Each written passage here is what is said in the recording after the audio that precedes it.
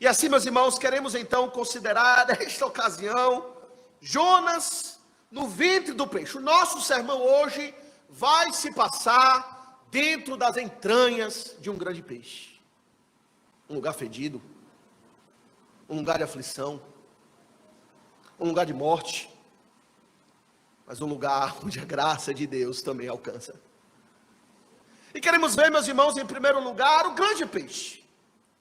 E considerar este evento, o que aconteceu ali, e o que isso nos ensina a respeito de Deus. E em segundo lugar, queremos ver os efeitos disso na vida de Jonas. O efeito que ele orou. Primeira coisa, meus irmãos, que nós temos aqui então é a história do peixe. No verso 17, deparou o Senhor um grande peixe para que tragasse a Jonas. E este Jonas esteve 3 dias e 3 noites no ventre do peixe. Meus irmãos, essa é uma das passagens bíblicas que mais têm sido debatidas e questionadas por críticos da palavra de Deus, de linha liberal, céticos, que não compreendem que é o Senhor, não compreendem a sua grandeza, não compreendem o seu poder criador e mantenedor de todas as coisas, e negam que de fato estão diante de um fato histórico. Dizem que aqui nós temos um mito, uma parábola, uma história fictícia, e que nos traria lições a respeito da bondade de Deus, da misericórdia de Deus, mas venhamos e convenhamos, nada disso efetivamente aconteceu. Alguns pensam.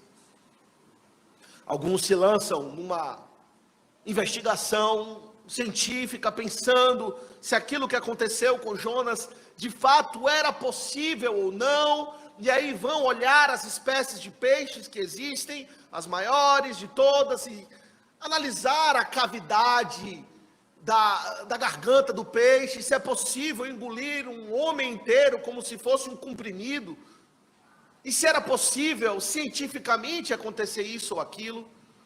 Alguns apontam para relatos que foram documentados no passado, de situações semelhantes, de homens que foram engolidos inteiro, e semelhante ao de Jonas, e assim procuram justificar e defender com bases científicas aquilo que está relatado aqui. Olha, meus irmãos, a verdade é que estamos diante de um milagre, não é? Um fato histórico. Jonas é apresentado na Bíblia não como um personagem fictício, mas um personagem histórico. Jonas, o filho de Amitai, aqui chamado no livro de Jonas, identificado, ele tem um nome, ele tem um pai, ele é mencionado em outros registros históricos da Bíblia. Um dos livros do Antigo Testamento menciona, no contexto de um dos reis de Israel, profetizando. De fato, Jonas existiu. Mas não só Jonas existiu, como o peixe existiu, como Jonas foi engolido pelo peixe, e lá ficou 3 dias e 3 noites no ventre do peixe. Porque assim Jesus interpretou. Jesus faz menção ao fato de Jonas ter sido engolido pelo ventre do grande peixe, não é? E Jesus então compara, veremos mais adiante, a sua própria morte. Assim como Jonas esteve 3 dias e 3 noites no ventre do grande peixe, assim também o Senhor Jesus, ele diz em Mateus 12, verso 40, assim o Filho do Homem estará 3 dias e 3 noites no coração da terra. De modo que se Jonas é um mito, a sepultura de Cristo e a sua posterior ressurreição também seria um mito, pois Jesus iguala. Como Jonas respirou no ventre do grande peixe, como Jonas teve espaço para ali estar, como Jonas não foi digerido pelo suco gástrico que estava no ventre do grande peixe durante todo o tempo que se passou ali, ora, queridos, pelo poder de Deus. O mesmo Deus que chama todas as coisas à existência, que fez o sol retroceder, que criou todas as coisas pelo poder da sua palavra, que trouxe Cristo dentre os mortos, foi o Deus que preservou a Jonas durante aquele período que ali esteve. Quando diz que Jonas esteve 3 dias e 3 noites no ventre do grande peixe, é preciso entender que não necessariamente significa que Jonas esteve ali pelo menos 72 horas.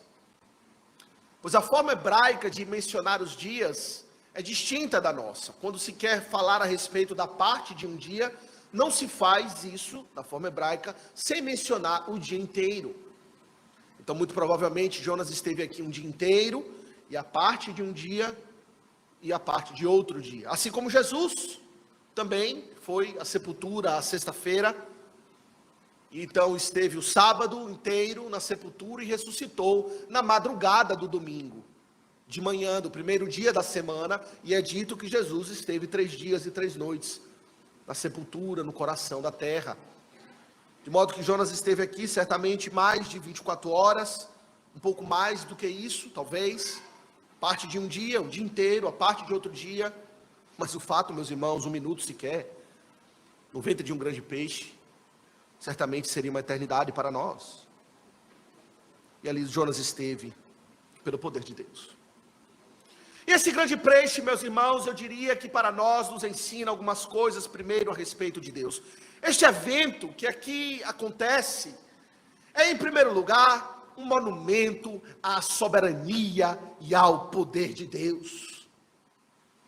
Nós já vimos isso no início do livro, não é? Quando o Senhor ordenou o vento, lançou sobre o mar um forte vento, o Senhor, aquele que é Senhor do céu e da terra, Ele dá ordem aos ventos para que soprem segundo o seu querer, segundo o beneplácito da sua vontade, e a criação inanimada e animada, ser vivos e elementos da terra, obedecem à sua palavra. E aqui novamente, deparou o Senhor um grande peixe. O Senhor o preparou. O Senhor o comissionou. O Senhor o chamou para executar a sua vontade. E lá estava o peixe. Eu fico pensando, alguns questionam, será que existe um peixe tão grande assim? Eu penso que quando fala que o Senhor preparou o peixe, não foi preparou naquela hora ali, que Jonas caiu no mar, e aí o Senhor, peraí, precisa resolver aqui, acha um peixe aí, qualquer lugar mais perto, resolve aqui. Eu penso que o próprio fato de existir um peixe desse tamanho, talvez fosse o Senhor preparando, desde que o peixe nasceu. O Senhor já foi preparando aquele peixe, de alguma maneira extraordinária, fazendo com que ele fosse absurdamente grande. E que estivesse naquele dia, naquela hora, naquele lugar, para executar a vontade de Deus, estivesse com fome, engolisse, tragasse, diz o texto, o profeta Jonas.